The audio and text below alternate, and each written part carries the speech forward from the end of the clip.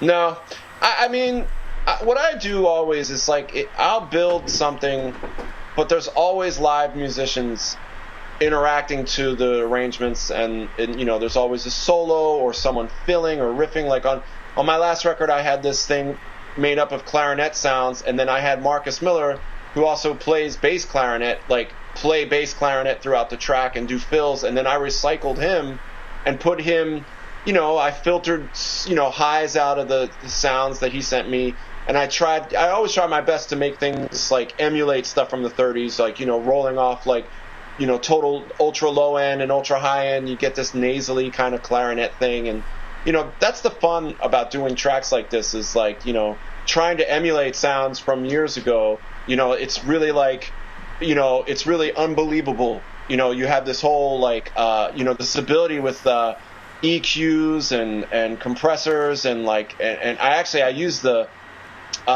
what is it? The distortion unit in the Scream. I always forget the name of it, but I use the Scream, and I'll get grit into like old sounding, trumpets and stuff to make them sound old. It's like, I don't know. I just think of samples as just little snippets and ingredients. This is not the Puff Daddy school of sampling where there's like a solid 8-bar phrase from someone else's song and here it is. Like I probably would be a billionaire if I did that, because it would be so much easier to get on the radio. It'd be like, oh, here's a massive hit, and then I'm just going to go, yeah, on top of it, and then it'll be massive, like, it's like the song already, why wouldn't it be a hit again? It already was a hit, Right, I already like that song. Yes, I already love that. So I still like that song. Yeah, let's hear it again with more yeah,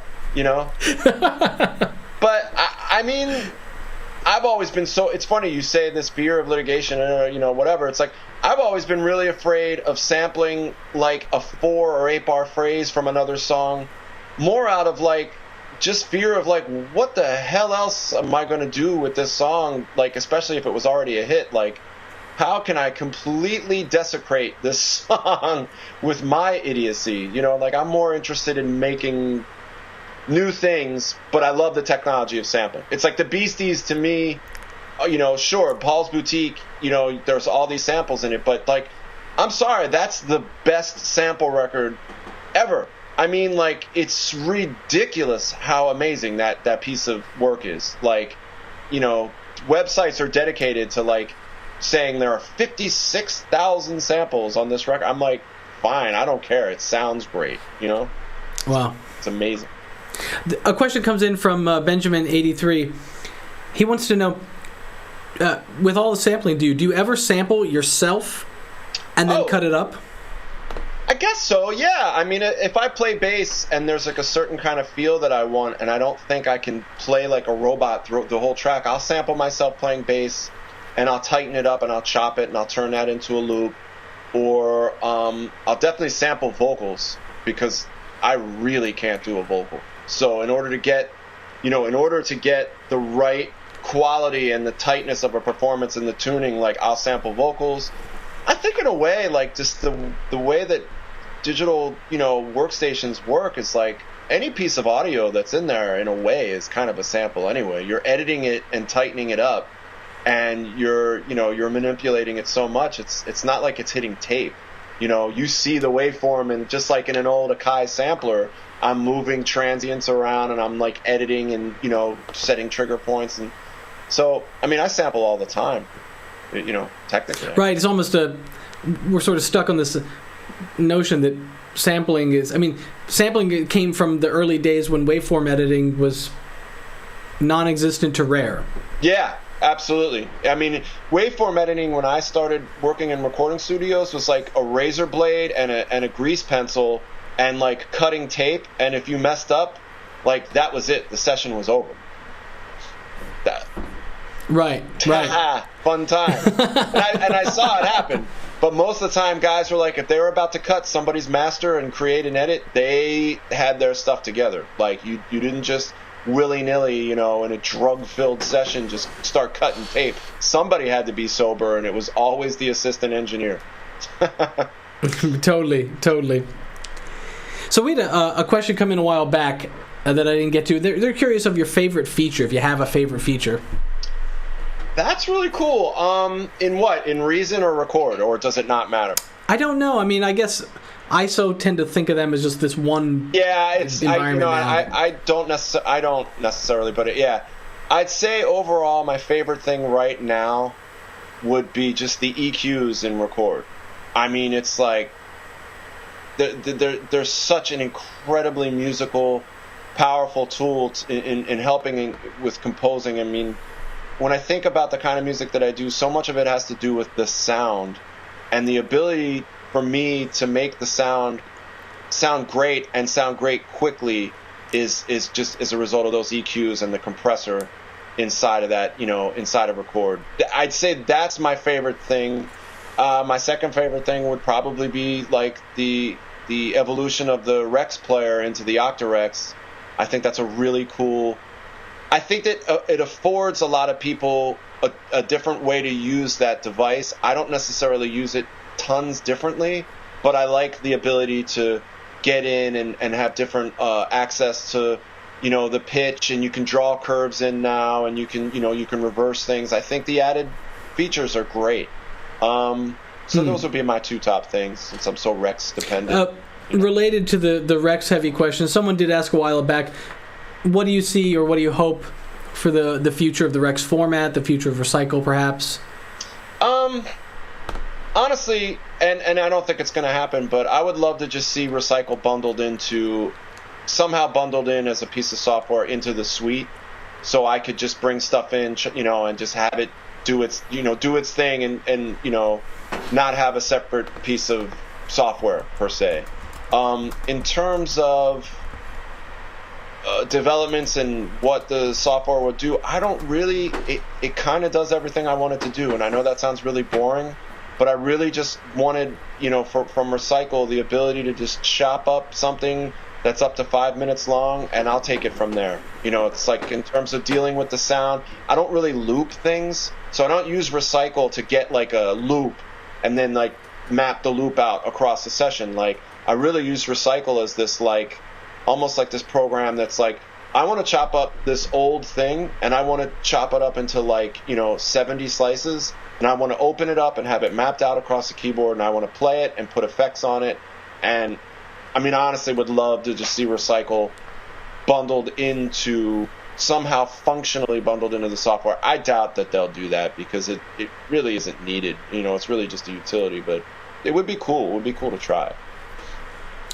There's a question by Playlix, which I think is a really good question. My cousin's name is Playlix. Oh, is it your cousin? No. Playlix. Go on. Sorry. Playlix. My cousin's name is Weapon X323. Yeah, exactly. He lives in Cleveland. Yeah. So he asked a great question. He wants to know, I mean, your music has such a live feel to it. Yeah. And he wants to know, do you quantize? Do you play live? Do you step record? Or Good. I'll add to that, are you using Dr. Groove? I mean, no. Or Regroove, excuse me? Don't use the Dr. Groove. To be honest, I sat down with someone in Sweden, and they showed it to me, and I still don't understand it. I need another tutorial. I'm so dumb. I really am dumb.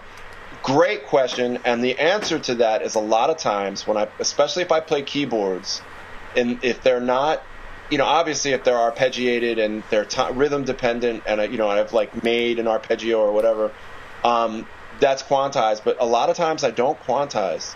I get a feel, and I learned this actually from a couple of conversations with Hank Shockley from the Bomb Squad, and it actually validated something that I was already doing, I've been doing this since I had my MPC 3000. Like, I play something in, and if it feels right, I'll just, it's almost like groove template as player. Like, I'll record something in, if it feels cool, I just keep adding to it. And then if it drifts and it's crazy, like, I'll get in there and I'll edit, MIDI information to tighten something up. But it's. But Adam, let me ask you, how do we?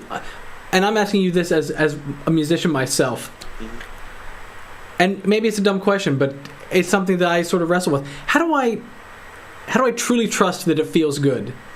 Is it literally just a subjective? If it feels good to me, then it's good. Yeah, I mean, you'll know when something's in or out of time. I mean, you're just going to feel that.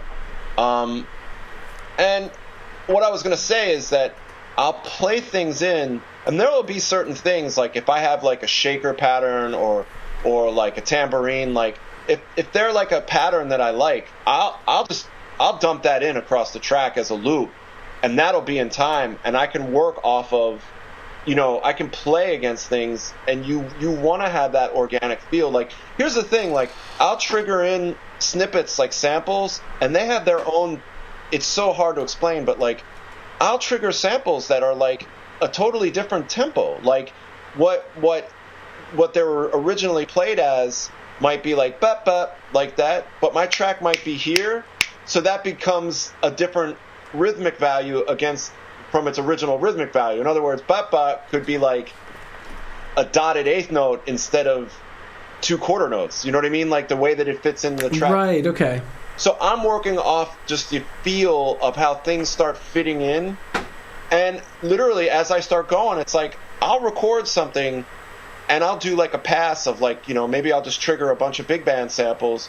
And I'll be like, all right, that had a great feel to it. Like, I'm just going to tighten it up a little bit, but it's not necessarily always quantized, because sometimes quantizing, even when you put groove feel in, still makes it feel mechanical. Like, you want to have this, and I was going to get back to the thing that Hank Shockley was talking about. If you guys know who Hank Shockley is, he was part of the Bomb Squad, and they produced all the Public Enemy records. And if you've ever heard a Public Enemy record, one of the amazing things is that the rhythm tracks and all the samples were basically triggered out of samplers to tape as takes. They weren't put in sequencers in those beginning records. They had 2 or 3 guys simultaneously playing samples, and when they got a good take that they could like rap over, that was the master take. It was like, it's pretty amazing. It's like they were playing samples. They weren't sequencing and quantizing samples. At least that's to the best of my knowledge from, speaking to Hank. Like, they did do some of that. And to me, that's amazing. That's like a big band, playing and just going like, that's the take. Like, it's not like, let's quantize every single thing and make this tight and this tight. For certain kinds of music, it would be unthinkable to not quantize. Like certain kinds of club music, I mean, I still think you could quantize the rhythmic elements and melodic elements and keyboards. You could just you could just like absolutely play a keyboard part on top of something that's already quantized, and you don't need to quantize that keyboard part. That keyboard part might be the organic element that humanizes this pretty rigid quantized beat. So there are different schools of thought. I like to play, and if it sounds right to me, based on my own sort of subjective musicality or whatever, if it feels good, then it feels good. I don't overthink it. It's not like I'm never making a Steely Dan record where it takes like, 3 weeks to do a hi-hat part. Like, that to me is like, they're such geniuses. They know the difference between 97% and 98.2%. Like, I have such insane ADD. Like, there's no way I could be patient enough, But right, totally. It's a combination of the two. Really, with music, at the end of the day, it's like we, as producers, we overthink, and we get to hear a piece of music hundreds and hundreds of times. And what it really comes down to is somewhere like hundreds of miles away, there's going to be a 12-year-old girl that goes, I like that, or I don't like that. And that's it. You know what I mean? Like, we could sit there and think every single possible, solution for every problem. But if someone hears it and they don't dig it, that's it. Like, you could quantize everything and it'd still be like, well, it's not a good song. Like, that's the end of that. It's such a tough thing. It's like... after all that, it comes down to the judgment of a subjective and finicky group of people that you can't predict reaction. No, that's why, I mean, it's really funny, I have this way that I write, and I have my studio in the basement of my house, and like I write, like I try to make sure, like, my fiance and my stepson, like I try to keep the music really quiet.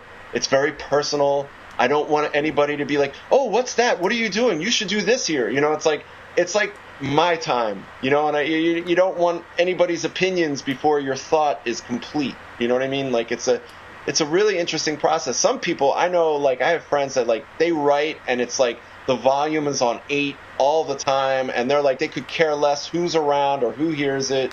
I'm like the opposite. I'm very personal and kind of shy about like an idea before it's ready to be presented. I don't really let folks hear it unless they're working on it with me, and even then I'll email a file to somebody and say, can you play sax on this, or can you play some percussion? Like it's weird with my Mocean Worker stuff, like I'm hyper sort of like personal and sensitive, and like with anything else I could care less. Like if I'm working on a film score, it's like I feel like I'm a tailor and I'm making you pants, and until you get what you want, I'll do anything. I could care less. You don't like it? Let's make it work, you know? But with my stuff, it's like, no, this is me, and you can't get involved yet. It's so personal. And at the end of the day, you know, someone's going to go, that's fun. My 4-year-old likes it. And it's like, I didn't make it for a 4-year-old, you know?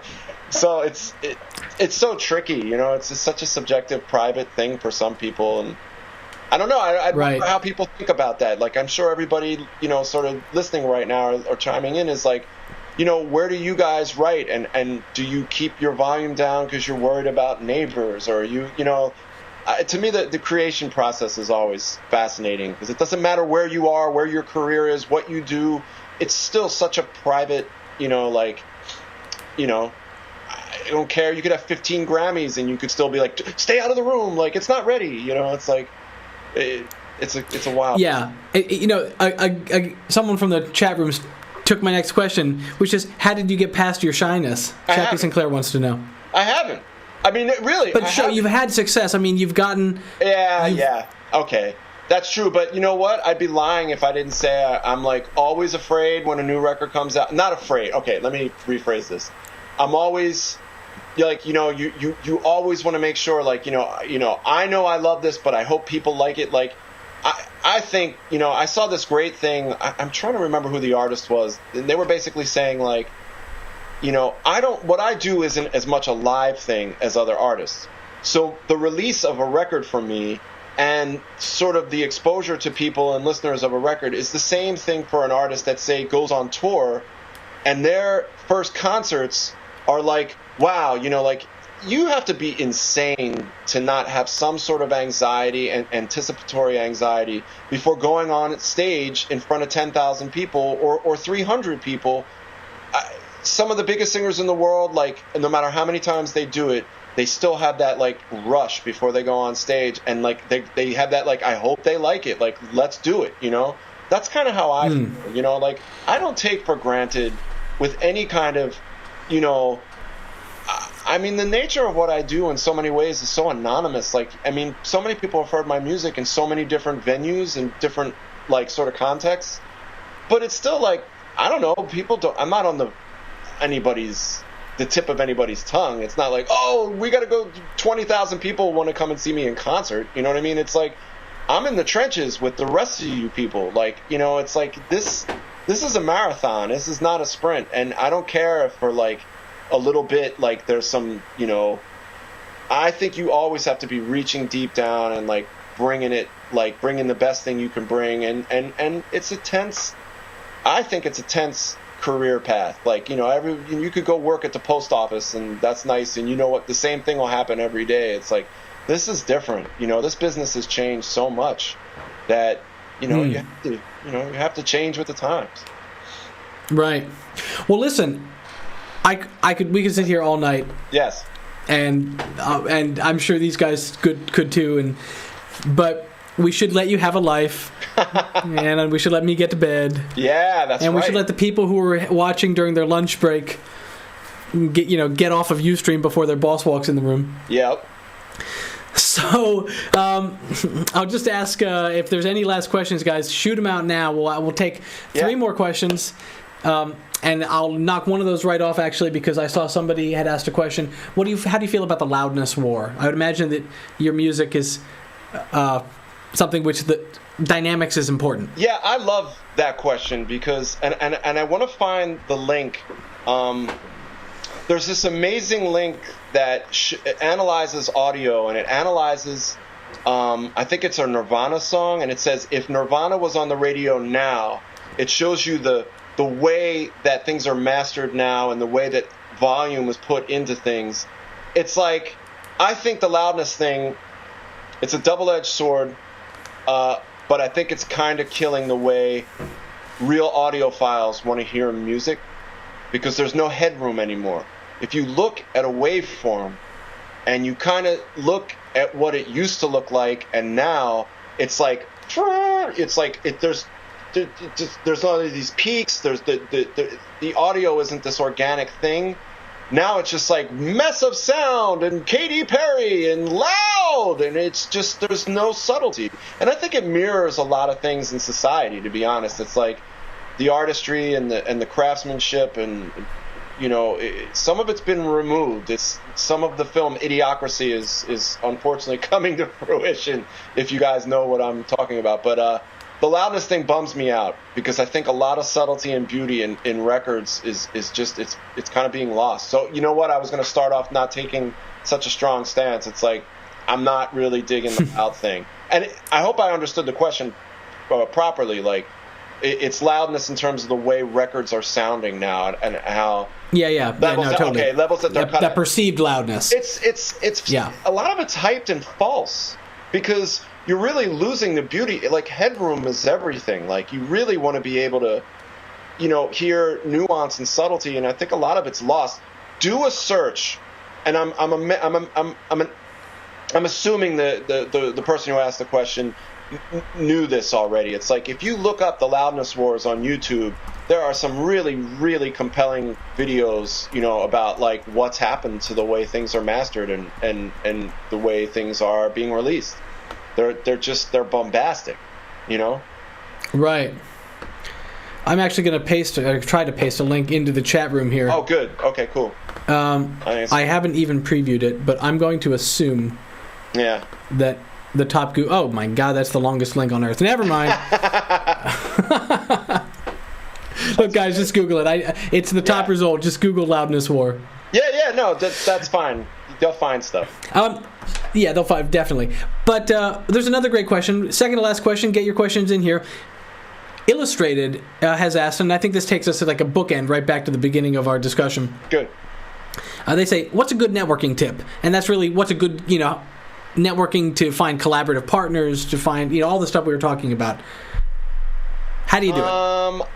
I do it, honestly, recently what I've been doing, and this will sound stalkery and really creepy and weird. There's so much music out there on SoundCloud, and there's so much music out there, just out there in general, where you can get in touch with people.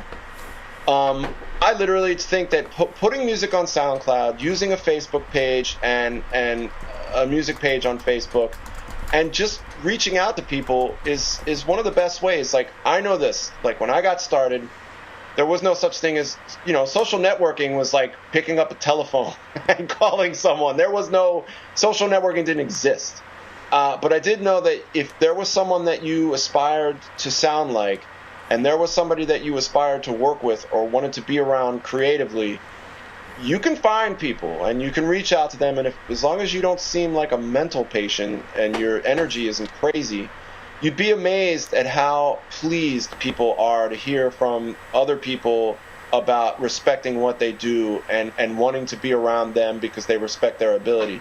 I wouldn't say that it always comes to pass that, like, you go to yourself, hey, I want to, I live in Sweden and I want to work with Max Martin. It doesn't mean Max is going to work with you, but writing him a letter or leaving him a note at his office is like, nothing's going to happen if you don't try. And I think one of the things with music is people think like, well, I couldn't possibly, how could I meet this person? They're a star, or how do I get around these kinds of people? It's like, they were in your shoes. You know what I mean? These people 10 years earlier were like in a high school somewhere just wanting to do music. And now they do it for a living, and they do it, they come from a place of like similar to where you are. So you can reach out to folks, and as long as you're not crazy and you come from a very soulful, like, artistic place, you'd be amazed, some of the things that you can do just by like, expressing interest in someone's work. I mean, I have to say, like, on Facebook, somewhat of an aside, I've become friendly with some people that I'm like really huge fans of just by asking to be friends with them. And I know that they're them because other friends of mine that I know maybe know them, are like, on their on their Facebook page. And it's like, next thing I know, I have like an Oscar-winning songwriter telling like, off-color jokes on my page, and I'm like, get out of here! Like, I'm like, my God, like, I wouldn't be so holier than thou with people that you want to sort of aspire to be around. Like, they're just people. Like, you can meet someone, and if you have something to offer and your music is good, absolutely you will get recognized. Sooner or later, someone's going to go, hey, you got it. Like, let's do something. That's right. Shortest answer I can give. That's a very difficult question. It's more about the attitude. Sure. Yeah. It's your attitude and the work that you want to do and where you envision yourself being without trying to sound new agey.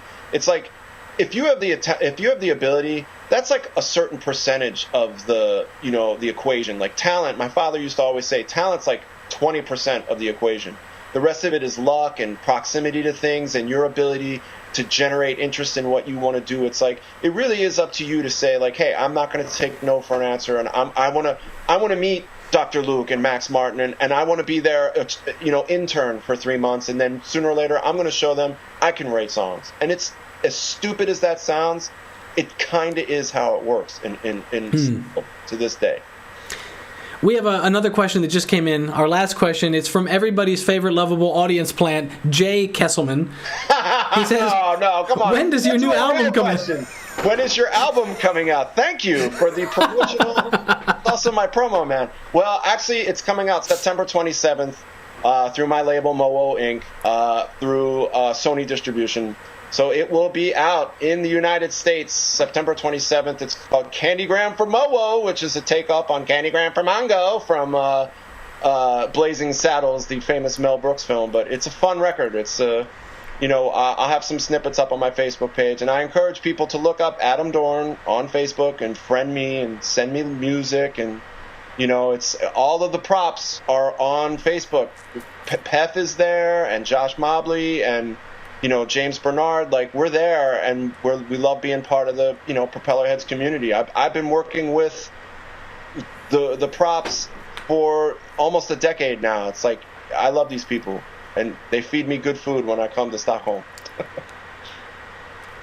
Yeah, totally. I'm in it for the food. All salmon based. Yeah, Salmon Dave. And schnitzel. But Oh right. Oh, that's right. Yes. Totally. Well, listen, Adam, thank you so much for being with us tonight and talking with us and just letting us sort of talk your ear off for as long as we could take it. No, my pleasure. And I think there's some guys here that would just set up a tent and stay all night and talk with you. I think we could listen to you all night. Like set up a tent like Muammar Gaddafi. Oh, I had to mess up somehow. Like that. So close. Yeah, so close to being good, and then you had to ruin it all. You idiot! You idiot! No. Listen. I mean, I'm at for the props. Like I'm always reachable. Just hit me on Facebook and enjoy the software and enjoy making music. Awesome, man. Well, look, we look forward to everything else you do, and maybe you got some new fans tonight. That I hope so. Yeah. And maybe some new collaborative partners. You're gonna start getting a lot of snail mail letters. Okay. Well, I made that offer, so let's see what's happening. All right, guys. All right. Take care, Adam. Bye-bye. Well, so thanks, guys. We are done tonight, so I will see you tomorrow night. Tomorrow night we have Pef with us, and he's going to be doing his introduction to CV. It's going to be a sort of, if you haven't used CV before, if you've been using Reason to Record and you've kind of looked at the back of the rack and you saw all these CV gate and control and pitch oscillator and it sort of freaks you out, Pef is going to get you using them, feeling comfortable with them. It's really much easier than you think, and it's way more powerful than you could even imagine right now. So do check that in. Check that out tomorrow. It is, if I'm not mistaken, and I'd have to look at the schedule, I think it's at 7 p.m. European time, which would put it at 1 p.m. East Coast, 10 a.m. West Coast, and the rest of the world, please do whatever conversions you need to do, okay? And, all right. And just to reiterate, just to remind you guys, we have an ongoing thing now. I want to hear music you guys are doing. I want you to tweet us or post on our Facebook wall links to music that you're making this month. Put it up on SoundCloud and let us hear it. And I'll open the broadcast with one of your tracks, and we'll give you guys some credit and whatnot. So please let us know. Thanks for tuning in again. Have a good night. It's been great. I will see you tomorrow night.